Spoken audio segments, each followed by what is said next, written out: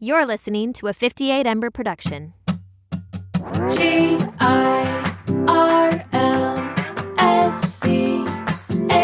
it's Girls Camp.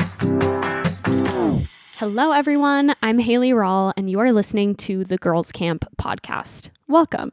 If you are navigating a faith deconstruction too, or simply find yourself fascinated by faith deconstruction journeys, by religion generally, and Mormonism specifically, then you are in the right place. So happy that you're here. Today's episode is a first Wednesday of the month campfire chat episode. And a campfire chat episode, if you're new here, is sort of a hybrid between a Q&A, an advice column, a tell me anything, ask me anything sort of situation. We are gathered around a theoretical campfire and just talking about things, sharing advice, sharing stories, that sort of thing. And today's campfire chat will air on June 5th, which is the day before my 29th birthday. So this is my birthday episode, not doing anything particularly special for it, but kind of fun. I love my birthday, which sometimes bites me in the ass because I always get something that I call the birthday blues, where I end up feeling sad on my birthday because I don't know, I just have really high expectations, but it's gotten better over the years. I've had less birthday blues, it feels like. Actually, the older I get, my 29th birthday feels fun. I'm excited to be approaching 30, actually. I'm curious how I'll feel when it's actually my 30th birthday, but 29 feels exciting. I love this time of year so much.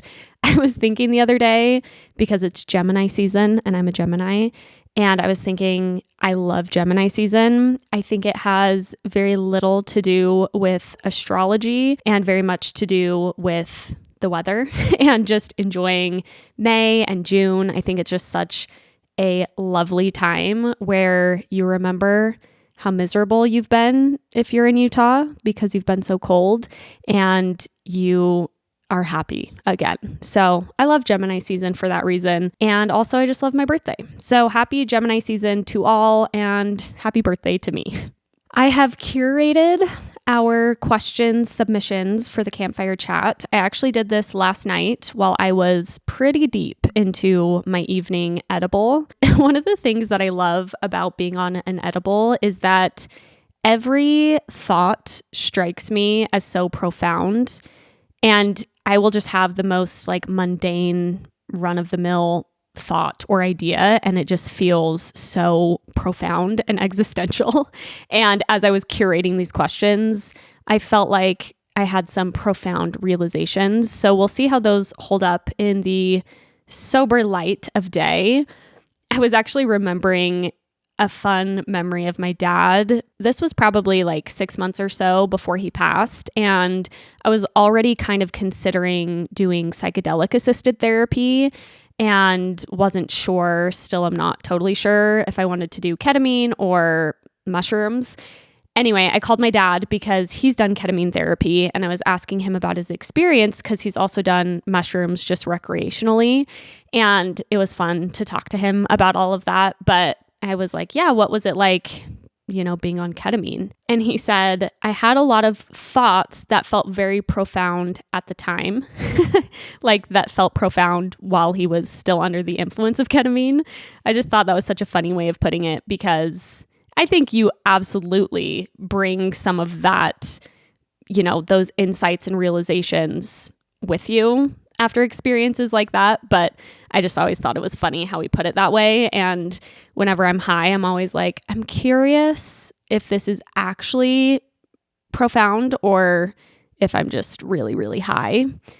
Anyway, speaking of my dad, actually, I wasn't planning on doing this question first, but since we're on the subject of my father's passing, let's jump into the campfire chat. And someone asked, tell us how you are genuinely doing since your father's passing.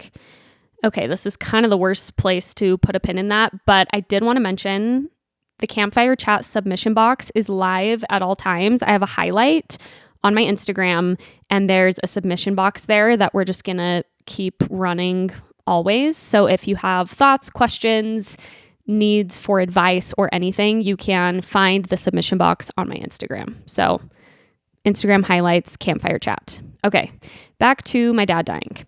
Tell us how you are genuinely doing since your father's passing. Heart.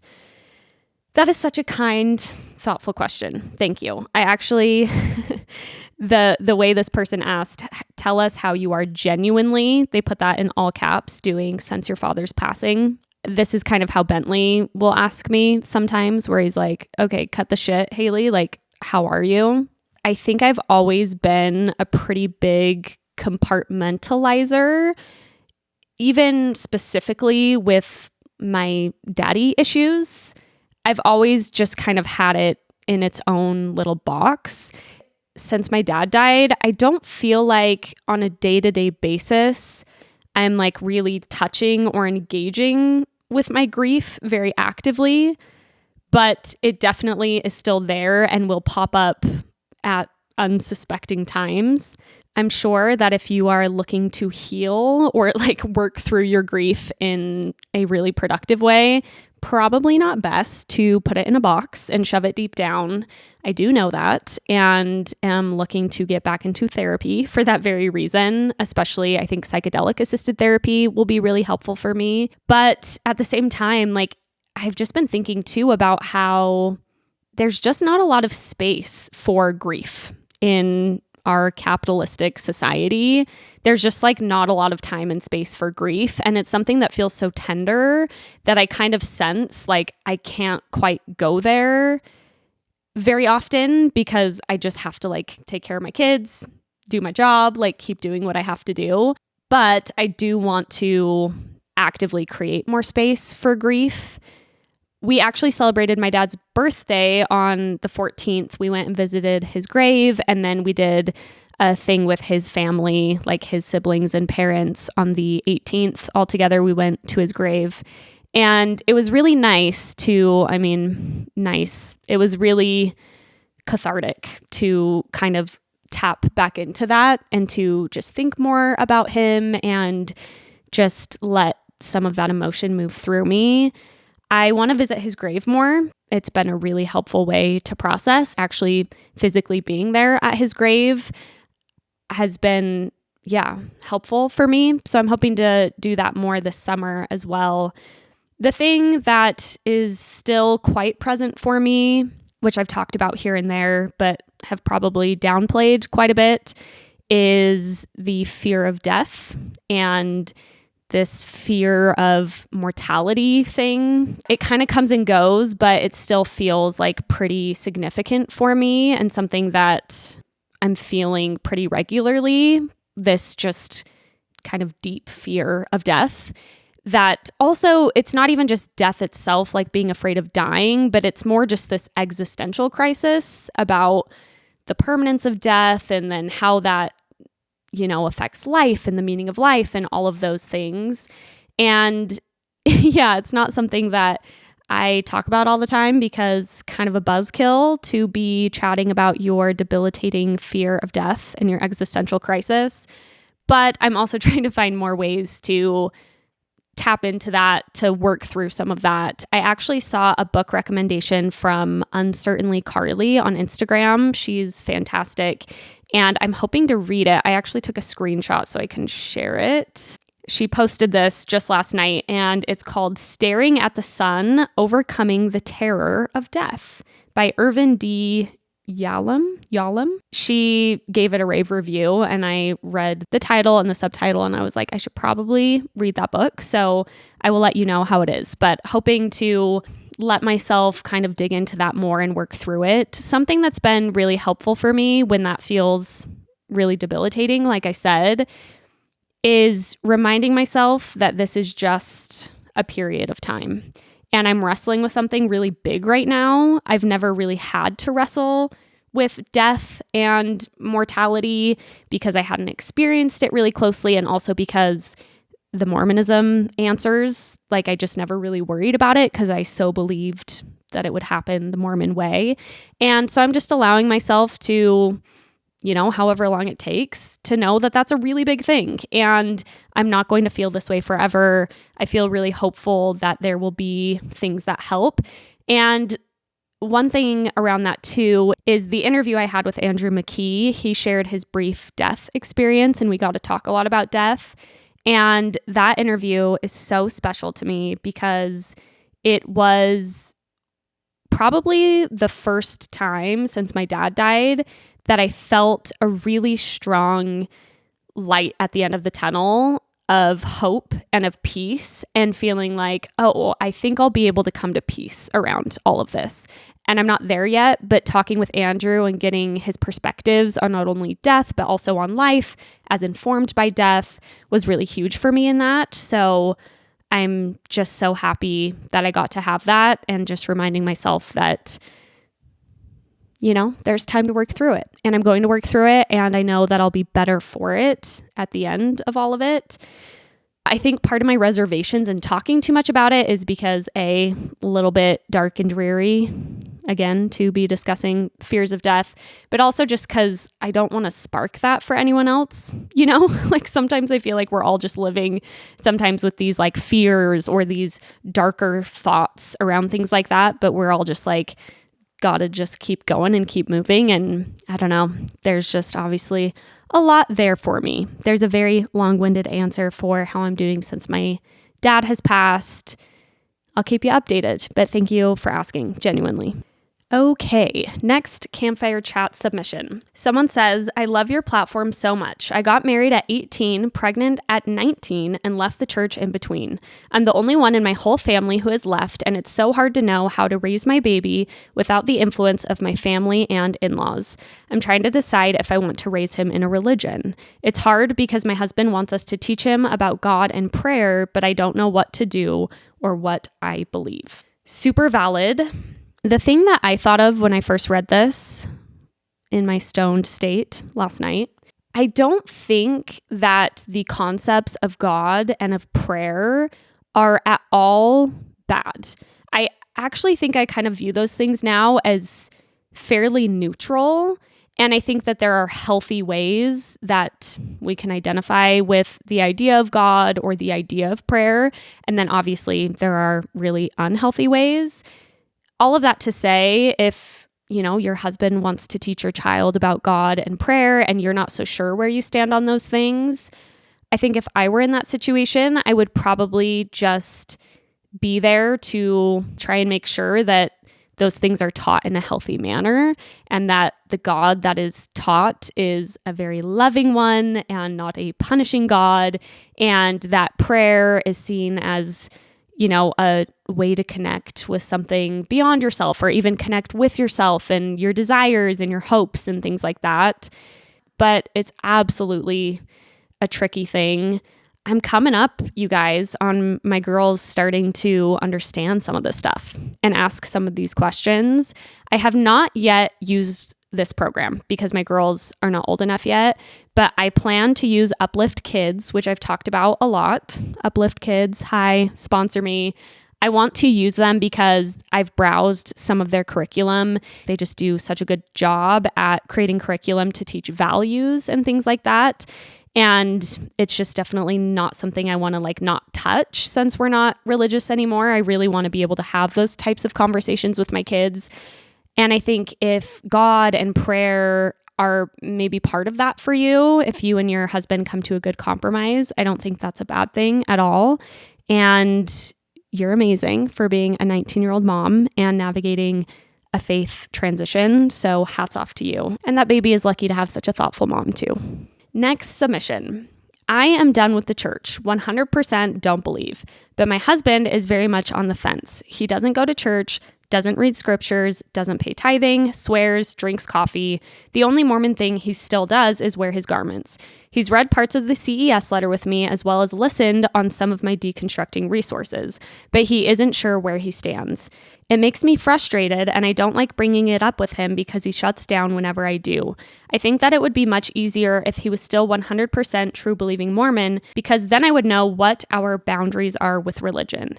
I know this is probably a big struggle for him as well, but I don't know exactly how he feels because he refuses to talk about it.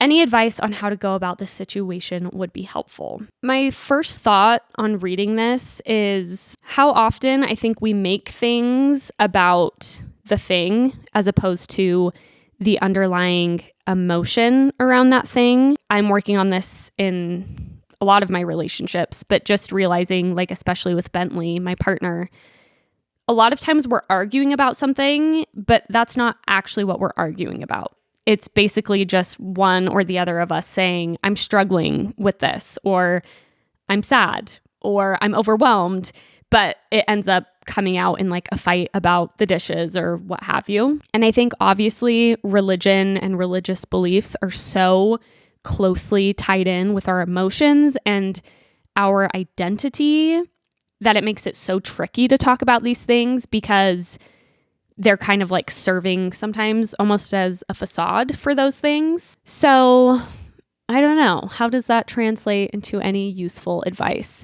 I think maybe just trying to get more at the heart of that, as opposed to discussing like even the church itself, trying to open up conversations with your partner of how are you feeling about your faith, or you know, what comes up for you around these things? Like, is there fear? Is there personal fear or fear of disappointing people in your life? Like, trying to get more to the root of it, I think can be really helpful, because then oftentimes, yeah, you're actually talking about the root thing. And then I think you can understand each other better and not get lost in the weeds of all of it. That does sound really tricky. I think being in close proximity with somebody on the fence would be really, really hard for me where I'm at. And for me, especially while I was like newly deconstructed, because it would probably just be really frustrating to be like, okay, you're not doing so many of the Mormon things. Why can you not just let it go? And can't we just like move on from this together? Because, you know, even if your lifestyle has changed a lot, if you're still not willing to just like actually move on, I think you can get really stuck still. And there's still like a lot of, I don't know, pain even that comes with that. So I can imagine that's incredibly frustrating and hard to deal with for sure. In my experience, a lot of that just happens with time. It sounds like they're likely on their way out. I mean, I don't know, of course, and maybe not, but I would imagine that they're just grappling with some of those deeper things around it quietly, and they're probably on their way out eventually, but just working through some of that. This actually reminded me of a conversation I had with Bentley when I was pretty out and Bentley was mostly out, but not quite as out as me. And we were talking about if we were going to bless our future babies. So I was about to do IVF. I wasn't pregnant yet. And we were with some friends and we were talking about it. And I was like, oh yeah, like we're not going to bless our babies, our future babies. And that just seemed clear to me, like with where we were at. And Bentley kind of started to push back a little bit. And he was like, well, I can't remember exactly what he said, but he was kind of like, well, never say never type thing. And it got really emotional. I actually started crying because I was like, what are you talking about? I was like, you don't have like the quote priesthood, like we're not doing the church things. Like, what do you mean you're still holding on to this idea of blessing our future babies? And we ended up being able to talk through it. And with our friends there, it was kind of helpful to have them mediate a little bit. But ultimately, we realized like Bentley was just struggling with the fact that he had always imagined his relationship to our future kids being in a church context. Like he imagined blessing our babies, and that was something he looked forward to and thought would be a special experience. And for me, because there's very little for a woman to miss out on when it comes to blessing a baby, that was just kind of like oh yeah, like we're not going to do that. There wasn't much for me to lose, but for him, that was something to lose. And once we got to that piece of it, we were able to talk about it in a really productive, understanding way, where when we were just talking about like if we were going to bless our babies or not, it was harder to get there. Anyway, Bentley and I were so similar in our timelines that I can't speak too much to that, but I can imagine that it would be very difficult. And yeah, I hope that with time and maybe opening up some of those more underlying pieces of the conversation that you can come to a better place of understanding. Okay, next question. perfectionism, how the church instills it, and how to get out of that mindset. This might sound crazy, but I don't think I fully pieced together perfectionism and Mormonism until reading this question last night. And I was like, oh yeah, no shit. Mormonism is such a perfectionist culture. There is so much need to appear perfect, and not only to appear perfect, but there's metrics in place, things you have to do to constantly prove your worthiness. And, you know, people in your ward are watching, your family's watching. There's just obviously perfectionism baked deep into the core of Mormonism. Perfectionism is a tricky one. I think that one of the best ways to get over it, maybe, I don't know, I don't think I'm over it by any means, but you just kind of got to try stuff and not be afraid of failing and understand that you can't do everything perfectly. So a lot of things that you do are just not going to be perfect.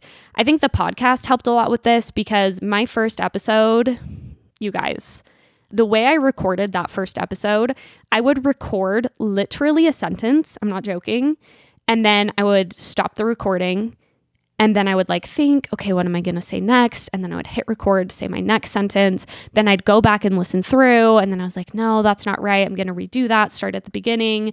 I was so scripted, so careful, and I just had this feeling of this has to be exactly right. I have to choose the right words. I have to say it all right. My voice has to be right.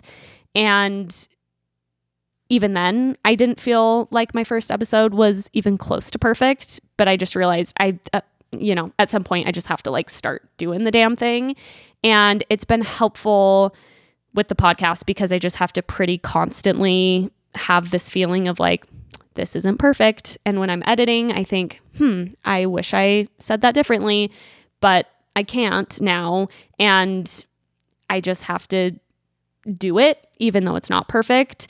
I do think that that's baked into all of us and all of our psyches is just it's embarrassing to try something and not be perfect at it or not succeed at it right away or at all. But yeah, I mean, all the things you miss out on if you're just worried about doing everything perfectly. And then the amount of shame and guilt you have to sit with when we can't do it perfectly anyway. I do think moving on from Mormonism can be a catalyst for just getting over that as you continue to deconstruct. I was actually just talking to someone about this today, and we were talking about how leaving Mormonism can give a really fresh outlook on life in the sense of none of this matters in the same way that I thought, but not in a bad way, kind of in a good way, kind of in the way of life's short. We're all on a floating rock. Who gives a shit? Are you going to feel worse if you just didn't try something than you would if you tried something, but it wasn't perfect? Or, looking back on your life, are you going to care if it was perfect? Is that what you really care about? Probably not. Sometimes that kind of lack of attachment in some ways to all the little things can just be really, really beneficial, I think. Next question. I want to try alcohol, but I'm so nervous. I think the shame is still there a little, even though I feel like it's okay. Every time I go to order a drink, I freeze and chicken out. I think part of it is that I have no idea what I'm doing. How do I get over it? I still feel this way with alcohol. I don't have much practice with it. And I think with anything, it's just once you do it more, you learn more about what drinks you like, you learn more about what to ask for, and you learn more about what the waiter is going to ask in response, and you just figure it out. I was realizing when I read this question that almost always if I'm drinking, I'm with Bentley, and I kind of just will be oh, I want this kind of drink, and we'll sometimes have Bentley order it. Not even I'm scared to order it, but I'm just realizing oftentimes in those scenarios, Bentley will just order for me. Which is funny because I don't actually feel scared, but I'm oh, maybe I am in some ways of just being caught off guard because I just still don't know that much about alcohol. I would say if you're going out to get drinks, do your research, get an idea of kind of what you're looking for, and then just look at the menu, and I would just order a drink straight off the menu. That's going to be your easiest first approach to trying an alcoholic drink, because then you don't have to whatever. It's just easy, straightforward. Find one that the flavors sound good and just order one drink and go from there. And I think you'll find it fun. It's it really is a whole new world with alcohol. And just because I don't drink very frequently, I'm not so accustomed to that world, like I said, but you are definitely not alone. And I still get imposter syndrome flaring up sometimes when I'm going to order a drink or something like that. So don't feel shy, and practice makes perfect. Okay, next submission. I was cleaning out my closet when I came across my old personal progress journal from when I was 12 years old. I'm 21 now. Personal progress is when you're a young girl, you do personal progress. Oh, it's in the young women. So yeah, teenager, whatever. I was shocked to see the things I was taught from leaders and my parents at that time. I wrote things like, quote, "You shall not be homosexual and not be sexual before you are married. We should not be around people that do that." I also made a list of qualities I want to have, including being married to a man, being a nurturing mother, being gentle and submissive, and temperate. Even though I've left the church, I have many of these qualities now, and I wonder if that is a product of my religion or if it's my personality. I thought I didn't have much anger towards the church after leaving, but these entries were very triggering for me. How will I ever know if these qualities fit into who I truly am, or if I was taught them and don't know the difference? What do you think? What a deep, thoughtful, thought-provoking question. I think this is one of the core significant wrestles of a faith transition, is because it is so deeply intertwined with your identity. You're also deconstructing yourself, your identity, who you are, and how much of that is made up by something that you now no longer believe in or subscribe to versus how much of that is innate, just what this person said. I think my thoughts on it are that it probably doesn't really matter. And what I mean by that is you can take yourself now as you are, who you are, and where you're at in life and your personality. And I think you can absolutely take a look at some of those things that you mentioned were gentle and submissive and temperate. And maybe that's your nature, or maybe as you are now, you wish you were less submissive, or you wish you were less temperate. You have things to say that you prevent yourself from saying because you feel trained to do that or whatever. And maybe there's some things that you want to discover and explore that are beyond those things. But I don't know how much it matters how much those things were influenced by Mormonism, mainly because whether they were or weren't, it might not really change things, right? Looking at myself and my personality, inevitably, my personality has been shaped by Mormonism. I kind of think, to the opposite, I kind of think some of my personality was shaped by Mormonism in the sense that I was always rebelling against Mormonism internally. So I almost have, kind of the opposite problem where I'm trying more now to lean more into some of my more, quote, traditionally feminine characteristics, because I think growing up, I was always fighting against those as a pushback to what Mormonism was telling me. I think it's interesting, and I don't mean to say it doesn't matter at all, because it's absolutely a thing. I think feeling that and wrestling with that is so real, but it's helpful for me just to be regardless of why I am how I am how I am now, and can choose to explore that or adjust that however I want to, regardless of where it came from. Though, yeah, it's definitely a weird thing to be whoa, how was I so shaped by something that I now find so toxic? It can just be a really weird identity crisis too. And I think sometimes that's underestimated. With the whole leave the church, but you can't leave it alone type of thing. It's it's not just the church. It's literally who we are and how we were shaped and what we knew. And it informed so much of us that it's really reckoning with our own identities too.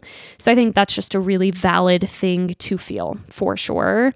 And yeah, wow, triggering. I always think I'm going to have a fun, silly time when I revisit my Mormon paraphernalia. I don't know if that's the right way of describing that, but my Mormon journals and my mission stuff. And I'm always like, this will be funny and silly. And then almost within the first 5 minutes, I like stumble across something that I've written in my journal that I'm just like, I'm so scared. That feels like me, but like not me. And it's like a really weird thing. So I can absolutely relate on that one. Next submission. It's been 6 years and I'm still so mad that I got called to serve a stateside mission. This made me laugh. Stateside missions. There is so much to be said about the stateside mission thing. And I can't wait to explain this to any never Mormons who might be listening. When you decide to go on a mission as a Mormon person, you submit your papers. That's what we call it. You basically fill out some paperwork. You say, I want to go on a mission. And then you get your mission call. And you do not choose where you go. There are things that influence where you go, though, sometimes. Like there's no particular formula to it. But when I was putting in my mission papers, I so badly wanted to go to literally Germany, which that's where I got called. But I remember when I was taking my photo for my mission papers, because you submit like a headshot, and apparently they like show the headshot to the people who call you by the power of God to your mission. My friend Jackie took my photo and we were literally like, okay, let's try and like give like European energy. Like we were trying to make me look like a missionary that should go to Germany, which is so funny, but I don't know. I guess it worked. Probably the reason I went to Germany is because my dad went there, which can sometimes influence where you go. And also because probably the biggest reason, I studied German in high school. So on my papers, I said I studied German for 4 years. I knew literally maybe 5 words of German, but they didn't know that. And so if you have some experience or exposure to the language, that can affect things. It's also just mostly, I'm sure, logistical. They need missionaries here and there, and they kind of just need that many elders and that many sisters. All of this to say, mission call culture is something else really funny. You get your call. A lot of people will throw like, it's kind of like a gender reveal. Like you'll have your friends come over and there's a map and you guess where people are going to go. And then you open your call in front of everyone and your hands are shaking and you open up the letter and it says, Dear Haley Walker, you have been called to serve as a missionary for the Church of Jesus Christ of Latter-day Saints. You have been assigned to labor. I don't know if I'm getting all of that right, but if memory serves, you have been assigned to labor in the Berlin, Germany mission. And then everyone's like, whoa, Germany. And, you know, you go hug everyone. And it's like this exciting thing. And then there's stateside missions, which I actually know many a missionary, many a person who went stateside and loved it, who wanted to go stateside. And by stateside, I just mean like stayed in the United States if they're from the United States. But there's always kind of this thing where it's kind of like a competition of who is going to the coolest place on their mission. Europe is a pretty coveted place to go, I would say generally. I would say not always, but kind of like the further away you go, the more exotic is always kind of cool. And so you have these mission call openings and then, you know, someone opens their mission call and it's like, you have been assigned to labor in Boise, Idaho. That's kind of the joke because it's like the worst place someone in Provo, Utah could be called is probably Boise, Idaho. And everyone's like, oh, like, yeah, yay, Boise. That's going to be so great. But everyone knows that that really sucks to get called to Boise, Idaho. I did not know if that stateside mission feeling lasted beyond Mormonism. Like if ex-Mormons still felt that wish that they went somewhere quote cooler than a stateside mission, but according to this person, apparently it does. I can actually see that with ex-Mormonism, maybe even more so than Mormonism, because my mission, and not that this is unique to serving outside of the United States, I actually think there's totally just pros and cons to both. But for me, so much of my mission that I really still appreciate is the exposure to culture that I had living abroad. I mean, it's just cool to have been able to live abroad for 18 months. So I can see if I didn't go to Germany, having maybe more weirdness or resentment about my mission if I was like, okay, I just like spent 18 months of my life in like Little Rock, Arkansas, and like didn't love the place, no hate towards Little Rock, Arkansas. That's just the first thing that came to my mind. But yeah, the stateside thing is definitely a thing. And that brought up a lot of memories for me about kind of comparing mission calls and who went where. And even in high school, I remember there was a group of friends of mine. The boys were all going on their missions. And it was like, someone got called to Mozambique, and someone got called to Japan, and someone got called to Russia, and then someone got called to Indiana. And it was like, oh, like a little bit unspokenly, are you sad that you're going to Indiana instead of Mozambique, But ultimately, like I said, I actually think sometimes stateside missionaries have a better time just because there's not as much culture shock and you're not like as stranded and isolated feeling and not having to learn a language, although some stateside missionaries do. Anyway, I'm sorry that you're mad that you got called to serve a stateside mission. Curious where you went and hope it wasn't Boise, Idaho. Next submission. Hello, I am 2 years post-Mormon. My husband and I got married in the Salt Lake City temple 10 years ago. We have a stylized line drawing of the temple still hanging on our bedroom wall with some wedding photos. Is it weird to leave that up? We've scrubbed most other religious stuff from our house. The temple will always be where we were married. The temple will always be where we were married. Yeah, felt that. I think that drawing of the temple can mean whatever you want it to mean. And if it feels just like the place where you got married and you want to honor that, I think that's great.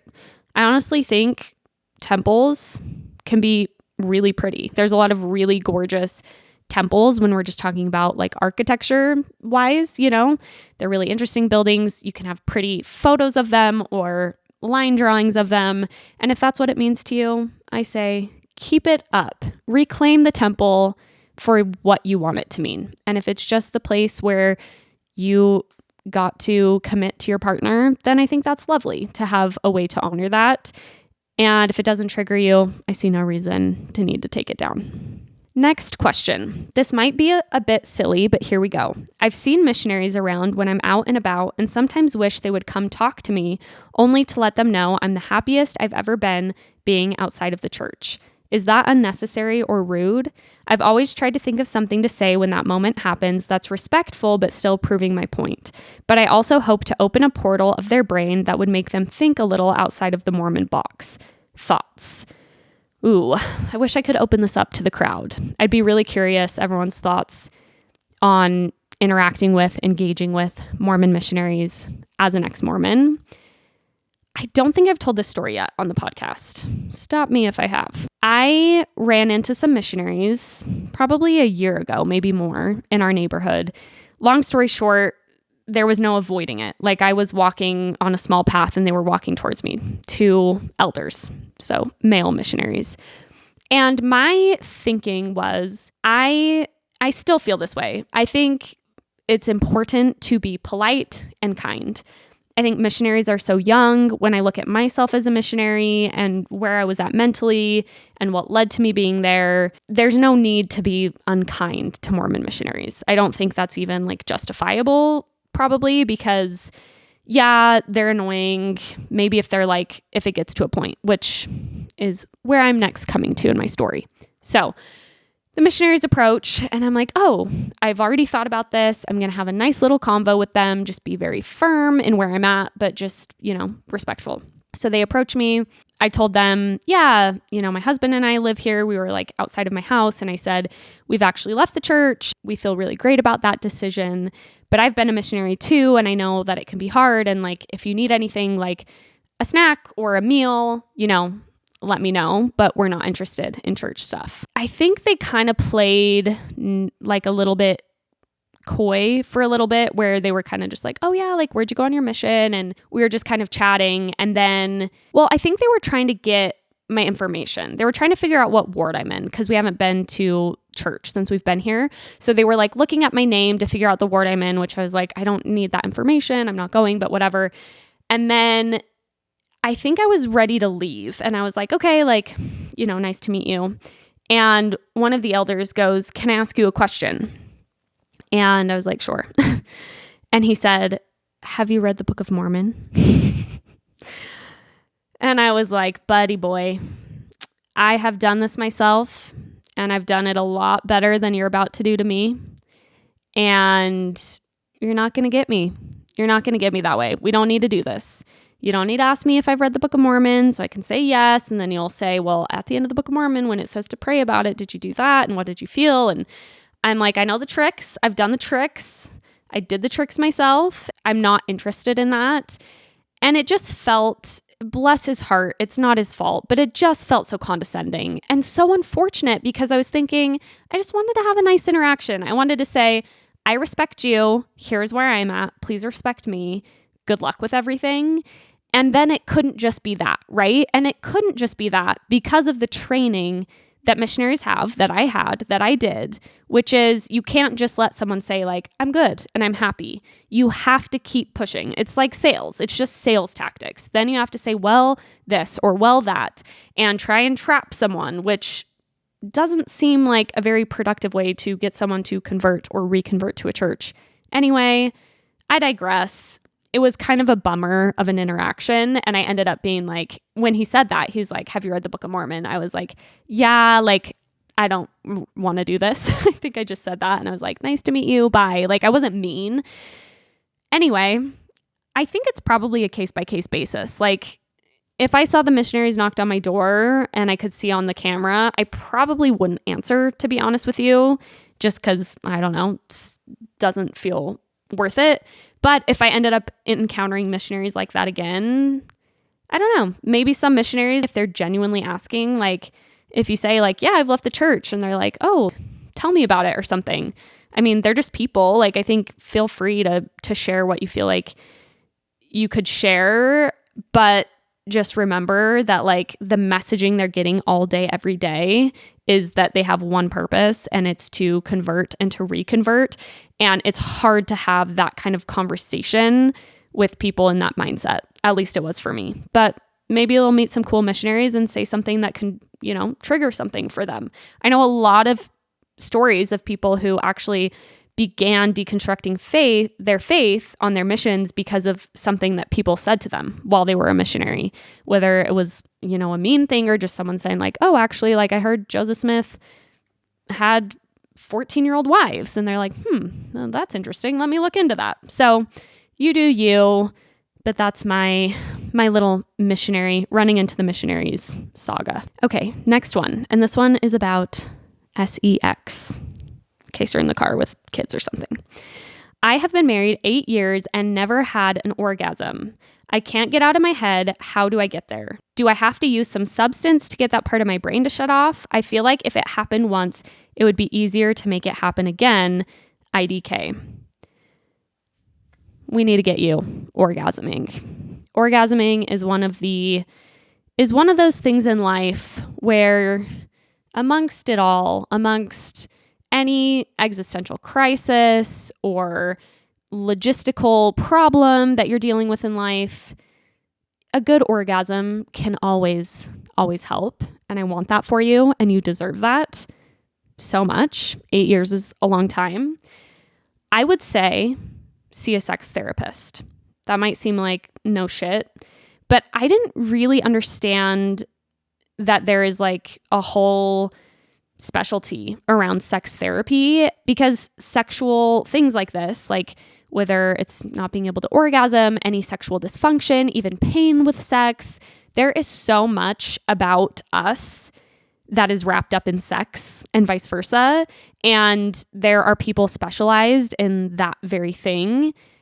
I know it's expensive. I know it's hard to justify. I remember when I went to sex therapy, it was kind of like a last-ditch resort. This is when I figured out I had vaginismus, which I've talked about before, but it was kind of like, I have to. I remember being like, but I just need therapy generally. I don't want to just like focus on sex. Anyway, it's so worth it.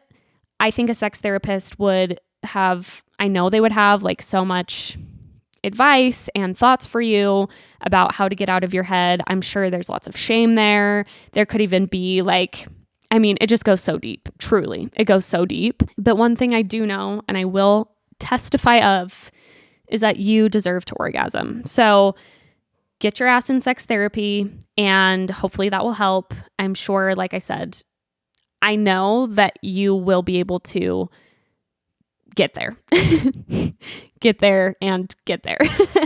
I don't know how many of you have watched Broad City. It's so good, but there's an episode where it's about two girls who live in New York City, like two friends, and one of the women has like an orgasm block. She like can't orgasm anymore. And there's this whole episode about it. She goes to this sex therapist, and kind of the punchline of the episode is she realizes that she hasn't been able to orgasm since Trump got elected. Like that's what's like blocking her from orgasming.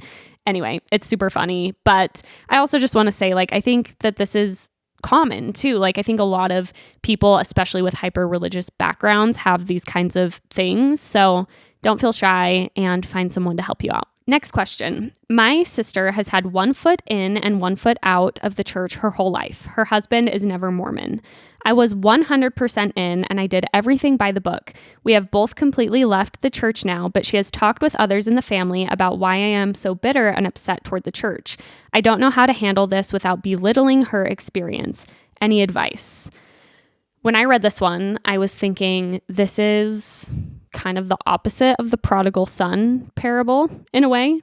The prodigal son is where like one son is the perfect son, does everything right. The other son like takes an early inheritance, goes out, spends it all, gambles, gets prostitutes, the whole thing, and then comes back. And when the prodigal son comes back, the dad throws like a dinner party and is like, hooray, he's back. And then the other son's like, yo, like I've been here the whole time. I think this is different because the sister needs to stay in her lane about how you are processing leaving the church. That's just like not right that she has any sort of judgment towards you because you had different experiences. And I do think the amount of in that you are in the church can very much affect how you process leaving the church. So she's out of line.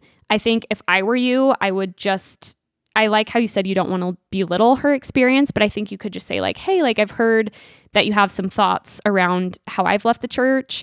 And I think we have had very different journeys as any two people have. And I would just appreciate if you could withhold judgment as I think my experience has been different than yours. I don't think you need to, just say it's been different because it has. But the reason I brought up the whole prodigal son thing is because yeah, I do think there's sometimes like this interesting thing that I feel on the ex-Mormon outside of it, where you can start to like look at people's experiences leaving and what they had to give up and like how hard it was for different people for different reasons. And ultimately, like, I just think 'tis a joyous occasion when one leaves Mormonism, and it should be something to be celebrated regardless. And there's no need to like compare each other in that way, which this person is absolutely not doing at all. I think they're showing so much compassion and thoughtfulness. And again, if someone's like shitting on you being angry about the church, it's like, okay, yeah, that's not a good thing. But anyway, just something to think about because yeah, all of our journeys are different. So judge not lest ye be judged. Is that the scripture? Judge. Yeah. I don't know. Mote in your own eye, beam in someone else's eye, that whole thing. Okay, this is the last question I'm going to answer. And I teased this on a Sunday check-in because someone asked this on a Sunday check-in and I was like, oof, I have lots to say.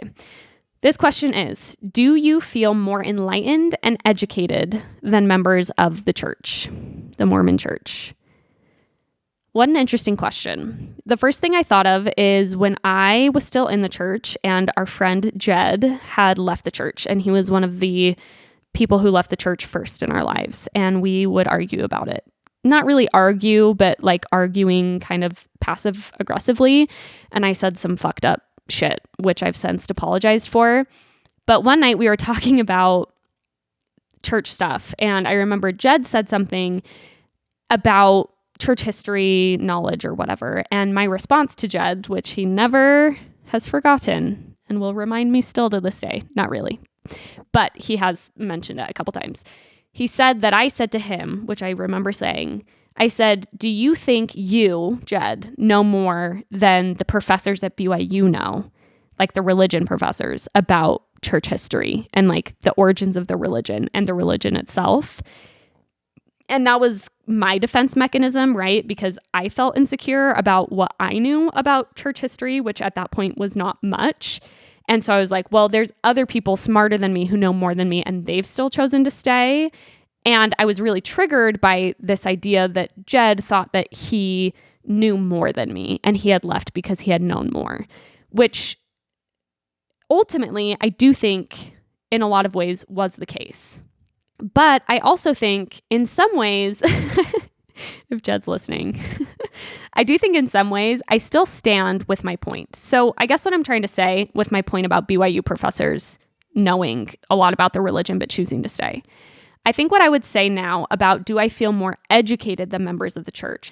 I feel more educated right now about the church than I ever did while in the church. And then it seemed like the general membership of the church was educated about the church.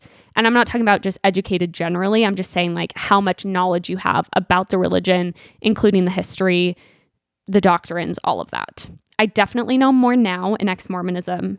And I think based on my experience growing up Mormon, I think I would say I do know more now than the general membership of Mormons.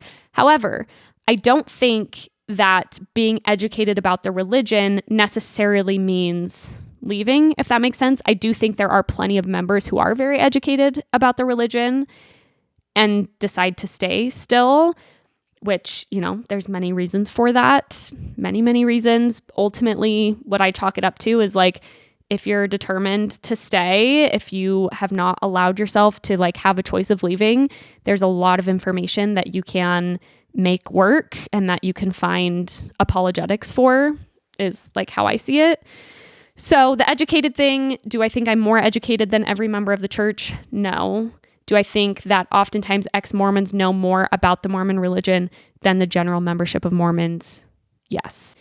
The next part, do you feel more enlightened than members of the church?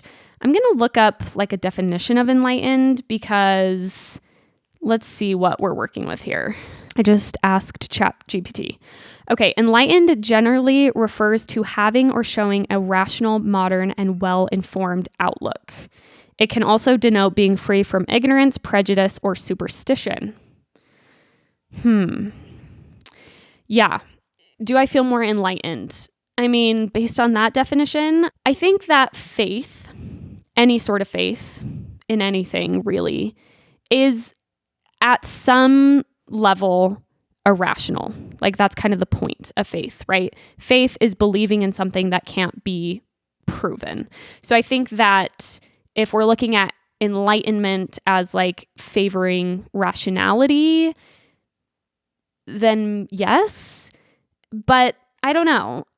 I guess I'm saying that like where I'm at now, I do favor rationality so much more than I did as a Mormon, where as a Mormon, I think I was much more, I favored belief and faith, even in the face of things feeling irrational that I believed in and had faith in. Sometimes the more irrational those things felt, the more righteous I felt in my belief and my faith, if that makes sense.